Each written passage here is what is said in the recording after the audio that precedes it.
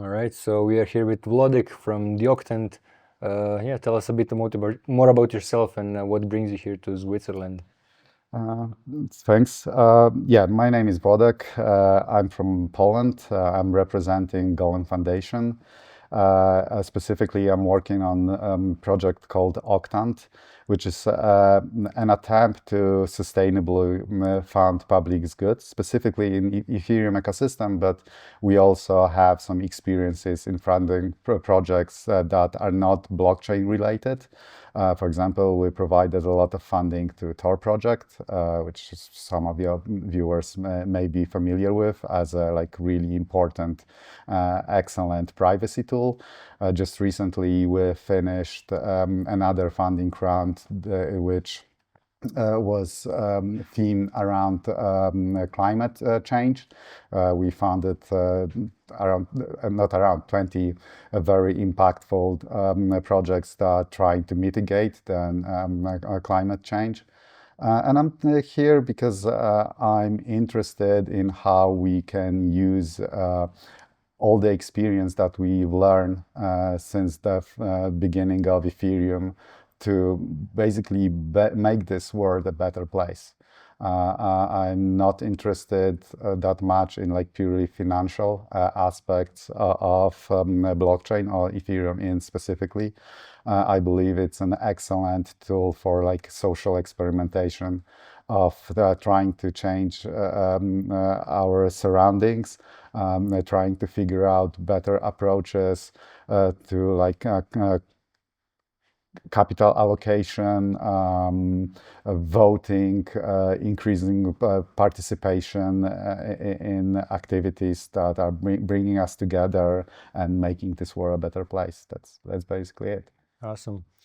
And then yesterday you did a talk about Hanseatic League, and you were drawing parallels between that medieval trading network and network states. Yeah. And you want to talk more about that? What is it, and what are the parallels, and what can maybe be applied to network states? So this particular meeting is about permanent hubs, but also about startup cities and network states.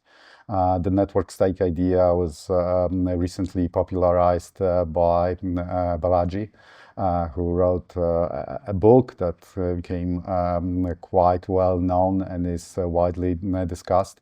And I decided to use my historical background to show people that while obviously this formulation that Balaji has is very new and relies on some technology that has been with us only for a couple of years, but entities quite similar to his formulation actually existed for a very long time. And one of them is Hansa. Hansa was this medieval trading network that basically almost shaped the history of Northern Europe for at least 3 centuries. It was a very successful, for a long time, competitor to nation states.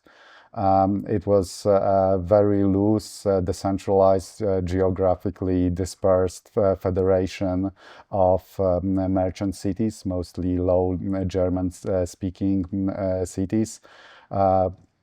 Membership was purely voluntary, decision-making process was consensual,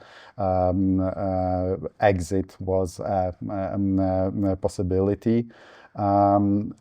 So there are obviously a lot of parallels between Hansa and network state. But the main lesson I wanted to draw from this a particular example is that gaining legitimacy for network states is much more difficult than some people, including Balaji, think. When Hansa operated, the international order was very different from what we have today. There were a lot of different entities representing completely different constitutional ideas. You had city-states, you had leagues of various communities. you had empires, you have like chieftaincies and many other entities that were considered to be legitimate. And Hansa had, without being a sovereign state, a nation state, had no issue in establishing like trade deals, diplomatical relationships with other entities. But since the Westphalian order, since the Peace of Westphalia in 1648, the landscape, the political landscape, international landscape, it changed completely. Right now, only the nation state are considered to be legitimate players, and I really don't believe that it's going to change anytime soon. But maybe even more importantly, I think that there really is no need for us to have this end game that the communities we are establishing are actually sovereigns who are legitimate players within the international order. Like, I think that charter cities show you that you can have a lot of success without actually having sovereignty and international like legitimacy. Right. So, yeah. And what led to the fall of the Hansa? So it's a complex process. There is not one like singular cause.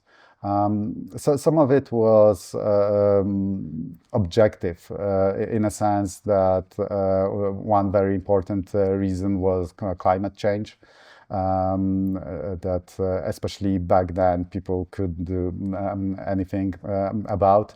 There was also an issue following from the fact that in the 15th centuries Europeans made huge geographical discoveries, and those discoveries completely changed the trade routes. The really profitable ones became the ones with Americas, and the Baltic trade on which Hansa relied became less important.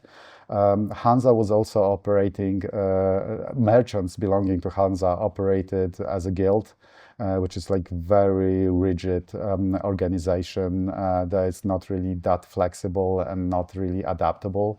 So in 16th century it started facing competition from early joint stock companies that were just much better at exploiting new market opportunities. But I guess that the ultimate reason was basically what we discussed just a moment ago. Starting from 16th, 17th century, basically nation states became the only legitimate players in the international orders, and they basically started ignoring Hansa or any other entities like this. They're not allowing them to participate in any negotiations, peace deals, treaties, and so on. And cities belonging to Hansa realized that this model is basically obsolete and that there's nothing to gain to still being a part of Hansa. Right. And is there anything else, like besides this gaining legitimacy, that you're most skeptical about in terms of either Zuzulu specifically or network states? So I guess we should differentiate between the two, because while there are obviously a lot of similarities between ideas of Balaji and Vitalik, there are also a lot of very important differences. And I think that like in purely philosophical terms, I would say that what Balaji is looking is an exit, and what Vitalik is trying to do is gaining voice. So basically, a lot of the assumption that Balaji has rely on the fact that nation states are failing, and I don't think that he's trying to repair nation states. He actually wants to leave them and dance on their ashes. Well, whereas I think that Vitalik believes that yes, there are a lot of real problems in the world, including how nation state functions, but he's trying to figure out how we can actually improve the situation. So he's trying to bring people agency, in order to have an actual influence on how things are going. And he has also like pretty clever ideas that are quite compatible with this whole like startup city, charter city ecosystem. And frankly, I found this Vitalik's vision much more appealing. Now, 20 years ago, when I was like a teenage anarchist, I would probably was leaning more closer to Balaji, but now I'm a middle-aged anarchist, and I believe that actually Vitalik approach is more meaningful and just, Yeah. you know.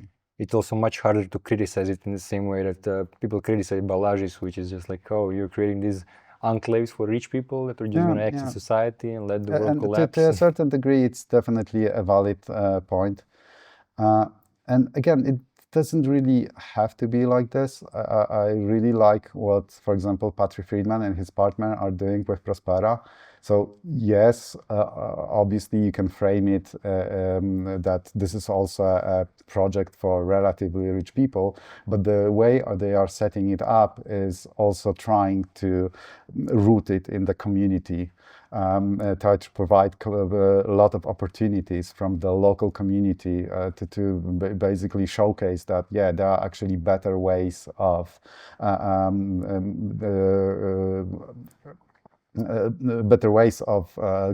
living together and so on. So this approach is actually, again, emphasizing voice and not exit, which is like pretty cool. Yeah, I was actually talking to Patri about this specific issue because like Prospera received a lot of criticism for this, and then he told me all of this, like how they're actually trying to, how much opportunity they created, how many locals they're employing. And it's actually very cool. I think that, you know, Balaji would also tell you that ultimately this is going to be the result of what he is also trying to achieving. But on the like purely narrative level, I don't see it that way. Yeah. All right, and then moving on. What's your best hypothesis for funding permanent nodes like Switzerland? So this is a big one, and I don't think that there is one size fit all approach. It all really depends on who is interested in joining, what the ideas for the permanent hub are, what kind of resources they have, how they want to pull them together, and so on. There are a lot of different approaches. I'm pretty sure that some of the people you interviewed presented them starting from like crowdfunding, cost sharing, through cooperatives, or maybe even like VC fundings, and all have probably some pretty good use cases, as well as some like downsides.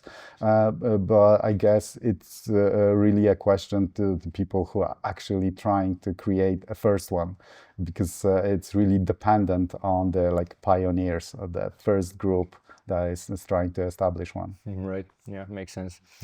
And then, yeah, the final question is, what kind of impact do you hope that Switzerland can have? I'm really hoping that the result is going to be a project that tries to actually solve a very concrete problem and reaches at least like first milestone on the road to it. That it's not going to end up as a just like very cool and very fun meeting of aligned people, but actually there's going to be like a concrete result in a sense of a milestone reach. Right. And I don't want to like specify it, because obviously there is a lot of different possibilities here, and also there's a lot of people with different interests. Some of them are like more interested in privacy, others in AI, also in biotech and so on. So I hope that the people will just basically, who are interested in the same areas, will find each other, decide on a project that goes beyond like a short hackathon session, and they'll actually achieve something. Yeah, I think it's hard to move in one direction because things like this gather so many people and many different topics. And that's actually